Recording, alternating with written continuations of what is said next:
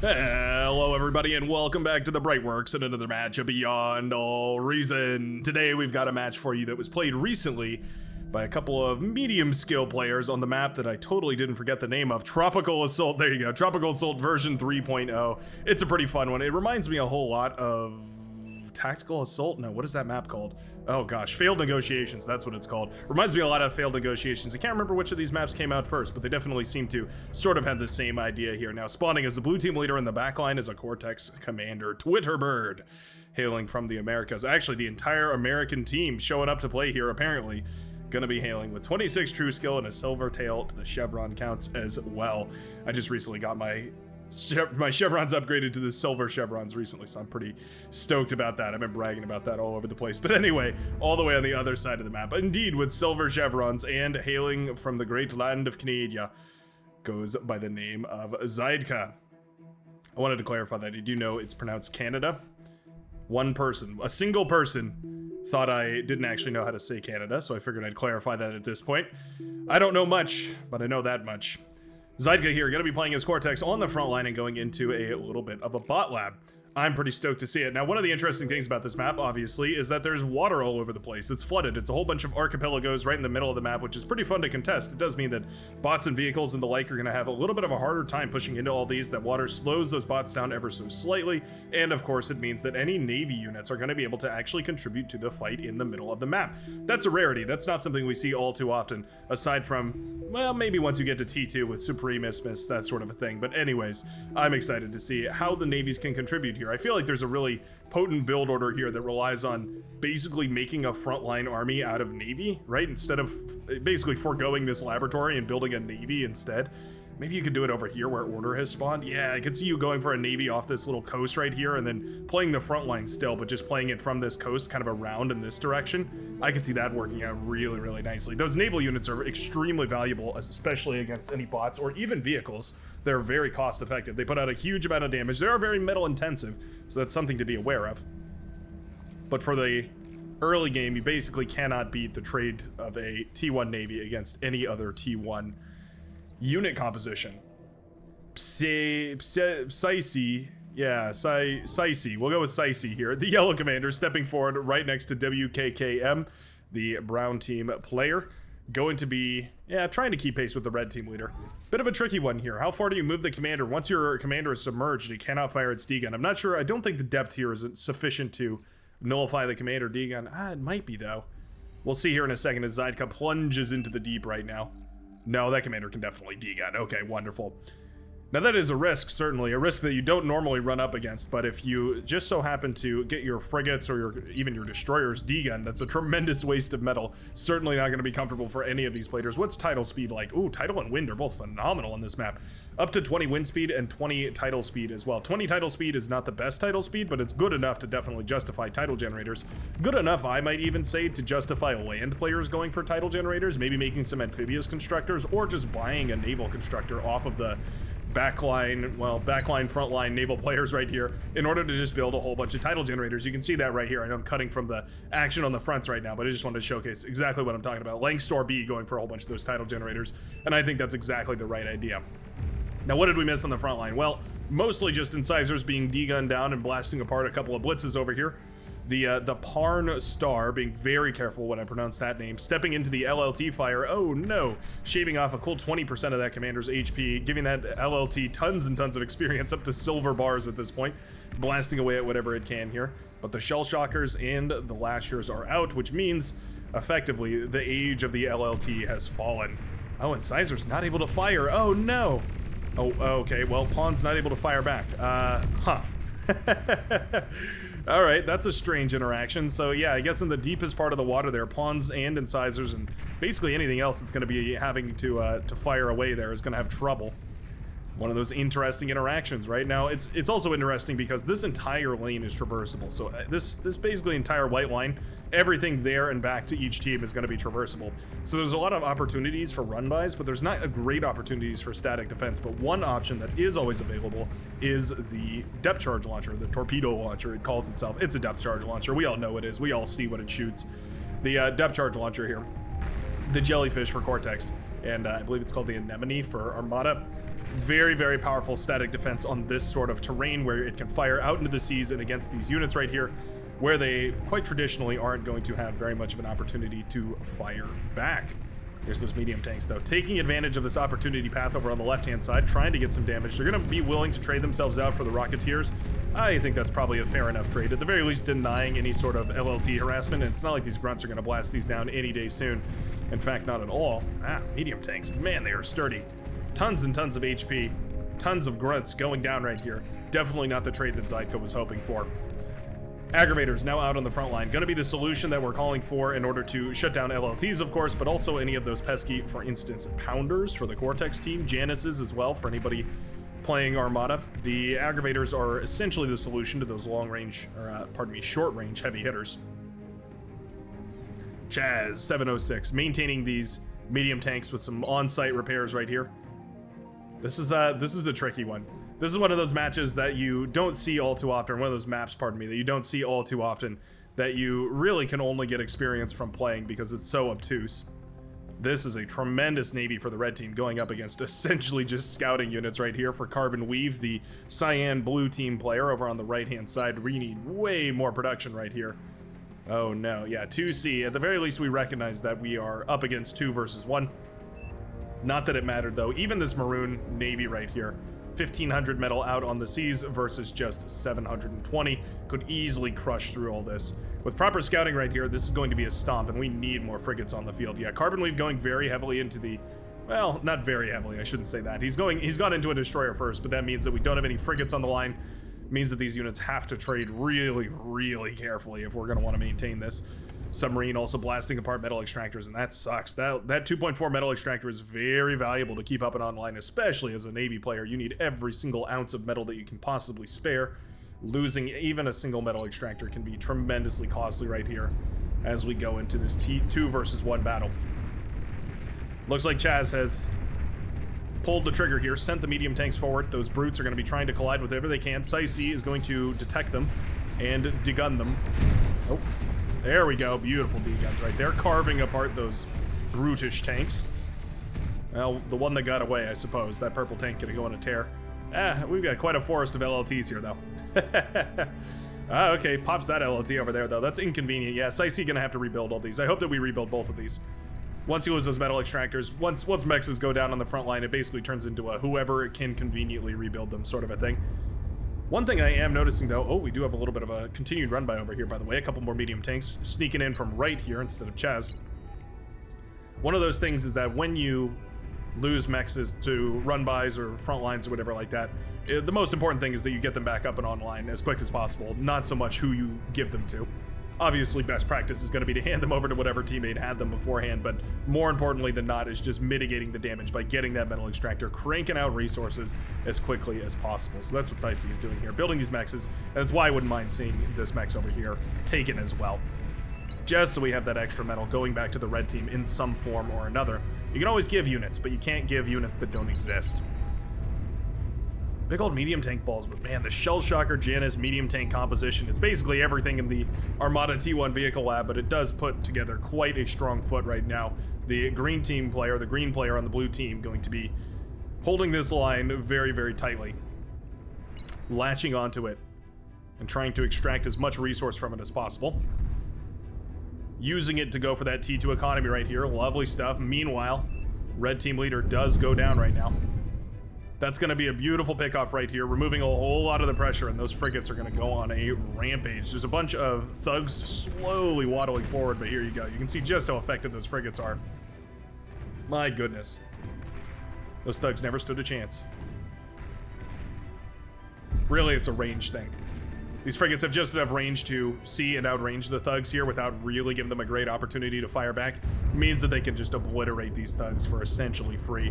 Beautifully, beautifully done. Oh, a torpedo launcher, that's cheeky, okay. Little torpedo launcher out in the water, sure, why not? Does tons and tons of damage to boats, but that also means it does tons and tons of damage to any of those vehicles, for instance, that go through the seas as well. My goodness. Yeah, an entire base wiped out by a couple of medium tanks is no good. At this point, things are looking dire. We still have a medium tank in the backline, by the way. At this point, somebody desperately needs to take care of that. Whoever takes care of that medium tank gets to claim the spoils of all these metal extractors back here, but for the time being, losing so much of that base back there is horrible. Sunrise is going to try and rebuild from the ashes of civilization, but definitely on a tremendously back foot right now for the red team. The blue team has it pretty easy right now. They have a lot of options that they can go for, teching up being the easiest and probably most prominent one, just getting everybody up to T2. Economies here. Ooh, a cheeky little submarine sneaking around, sneaky beaky to like orca submarine, making its way under the sea here, trying to blast apart some of these metal extractors. A combined 7.2 metal per second coming out of all these metal extractors for Gunner. Definitely an excellent target right there. I love to see it. So you can see a heavy investment right now from the blue team in vehicles. Basically every player on the front line playing vehicles, whereas we have a diversity of unit composition on the front line here for everybody in the red. This can work out better for the red team for the mixed compositions right here, but you have to complement each other really, really carefully. Unlike what we saw here, where essentially a lot of these armies engaged one by one. The vehicles didn't really accompany the bots, and the bots didn't really res the vehicles, so kind of the strengths and weaknesses, instead of canceling each other out, they amplified each other. And just like that, the red team has now lost the majority of their army, as well as map control here. We do lose a commander over on the left-hand side here. Was that? Yeah, it was the purple commander. Okay, that's a nice pick-off right here. This is also a big enough frigate army that I think we can actually take this fight. Yeah, we are trading out relatively fine here. Okay, well, with that frigate going down, this definitely becomes more and more costly. Where are the res submarines? We do have them. If Langstor B can push forward right here and manage to win this lane, I think there's an opportunity to be had, but it's going to need to happen quick. Now, part of the reason why we lost so much ground right here is, of course, that we went for a T2 transition, so the red team leader, Zydka, playing extremely greedy to try and catch up and make up the difference that was overtaken by the T1 vehicles over here, which are shelling away at that poor T2 constructor, desperately trying to keep itself alive. Fiends running out at this point to try and shut down whatever they can, even a heavy laser turret blasting apart a pounder. Not bad, if a little unconventional, but we take those. There we go. Fiends cleaning all this up nicely. Yeah, Wolverines, medium tanks, all of it will burn. Their armor plating doesn't help them at 1,000 degrees, just like that. Ooh, the majority of them survived. Now that's cheeky. Okay, so while we're underwater, obviously the flame's not going to have much of an effect. Means you're technically completely safe if you just want to park your entire army over here. Kind of a weird interaction, isn't it? Yeah, I mean, you can imagine just park a big army in the deeper water and those fiends have essentially no way of doing anything about it. What a strange, strange map. Leads to some really strange results. Half Robot had no scouting information. Didn't realize that if they had pushed about 5 minutes earlier, maybe 4 minutes earlier, they could have won the entire naval battle. At this point, the economy investments that have been thrown up right here by the Cyan player, oh my goodness, have essentially paid for themselves, and now eventually we're getting our way into a proper navy on the front line here, and still about equal for what the Maroon Commander has, but the Maroon Commander also, half robot there, took over a lot of those metal extractors, which is a benefit. Which one's going to be more beneficial? I'm not so sure. It might be just about even, but certainly, to say the very least, the Maroon Commander is being more aggressive on the map, and I can always appreciate that. Now, Gunner 626's bases we've been looking at here for some time have been ravaged, mostly in part by a bunch of submarine, well, a single submarine taking out some of those metal extractors, but then also some frigates were pulled against all this, but lovely, lovely stuff. We have the res sub eating up the wreckages here, a destroyer working away at a whole bunch of those static defenses here. We have a harpoon trying to blast away. We have the Manta. Now I'm curious, the range on a Manta is 630, the range on a destroyer 710. Okay, so the destroyer is the one-stop solution to every problem that you may or may not have on the high seas. Good to keep track of those things. Now this is strange. Res submarines picking apart the scraps of this army, this hostile army that's moving forward here. That was the brown commander going down right there, by the way, to a T2 and T1 mixed composition. Still T1 in the back line here as we're producing more and more of those T1 units, but already the yellow commander is good and dead. With those hounds moving forward right here without some severe interaction from a teammate, this is going to be a nightmare. Slowly but surely, the blue team has managed to apply pressure on all the different angles that they needed to, and over time exacerbated that advantage to the point where now they have more and more stuff on the field. And we do have a little bit of run by over here. Some thugs somehow managed to walk their way around, I guess just using this wide open opportunity path. Yeah, just pushing through here. Beautiful little run by right there, a waddle by almost. Not very fast, that run by, but a run by nonetheless. Eventually all of this cleaned up right here, but we need to see the yellow commander get some build power up and running. Yeah, not gonna cut it with a single lab producing anymore. We need to either get T2 up and running or start spamming out tanks, something like that. The economy is upgraded to T2, which means we can essentially go for 4 times as many medium tanks, so that's what we should be aiming for if we're gonna stay T1. Otherwise, time for T2. Gauntlets on the front lines.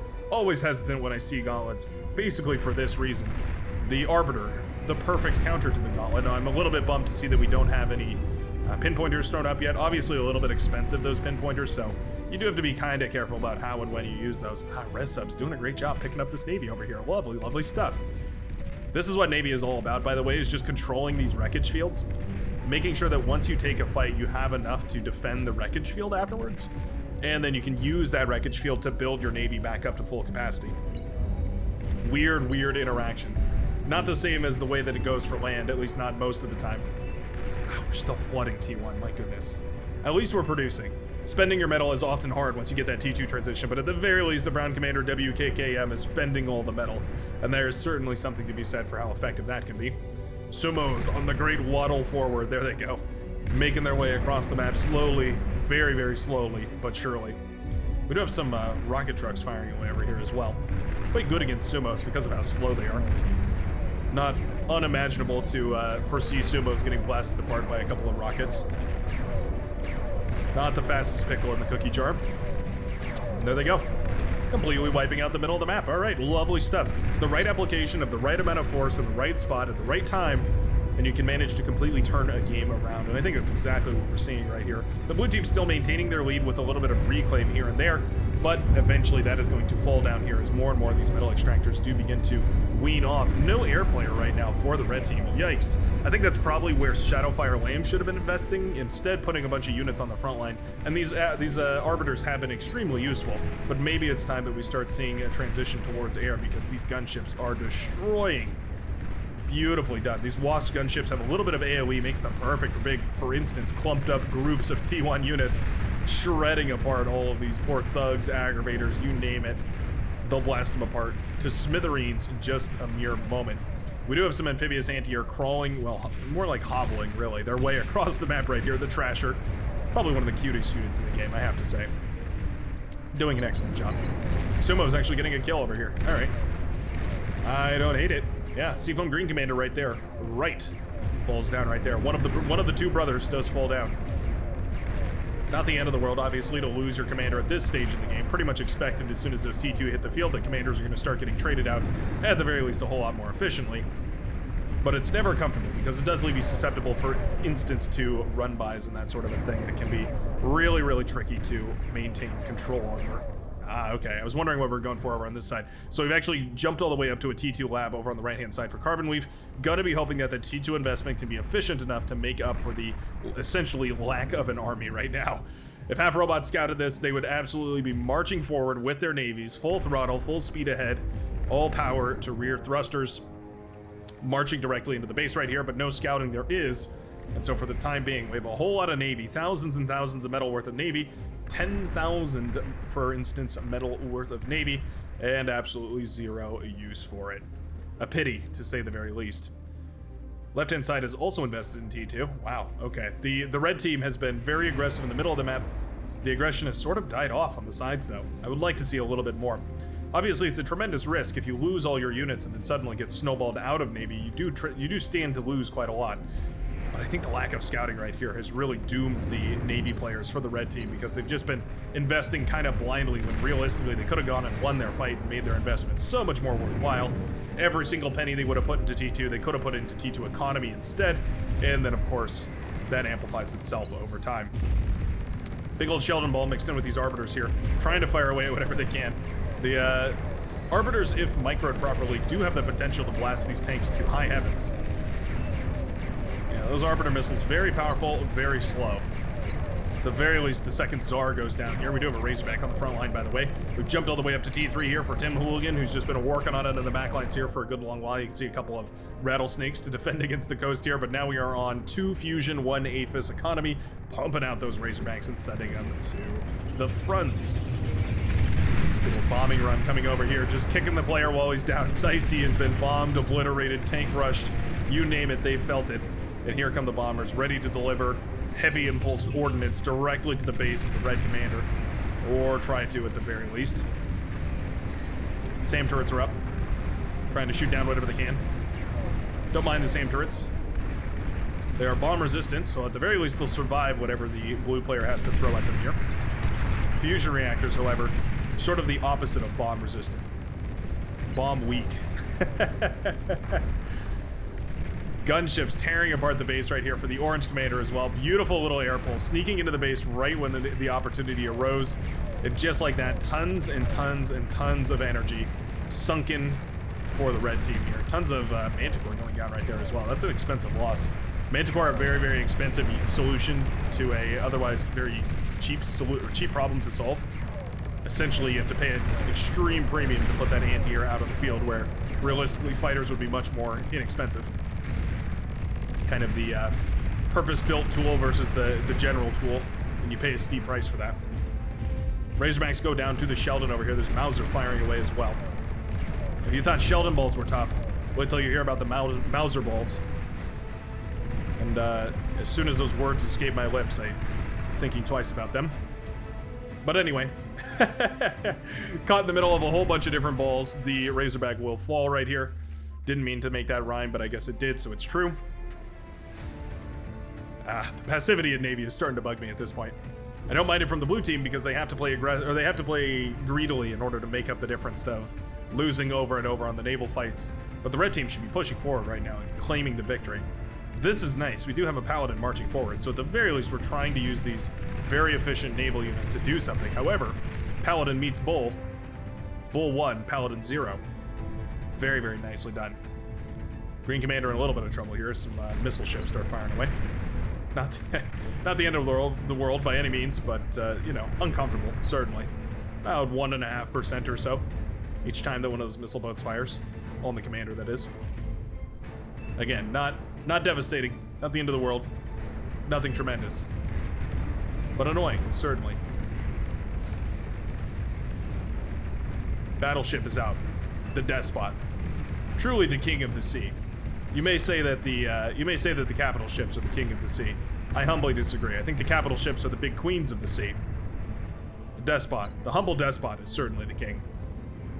Moving around now and firing its triple-headed Gauss cannon, its Cerberus cannon, as I like to call it.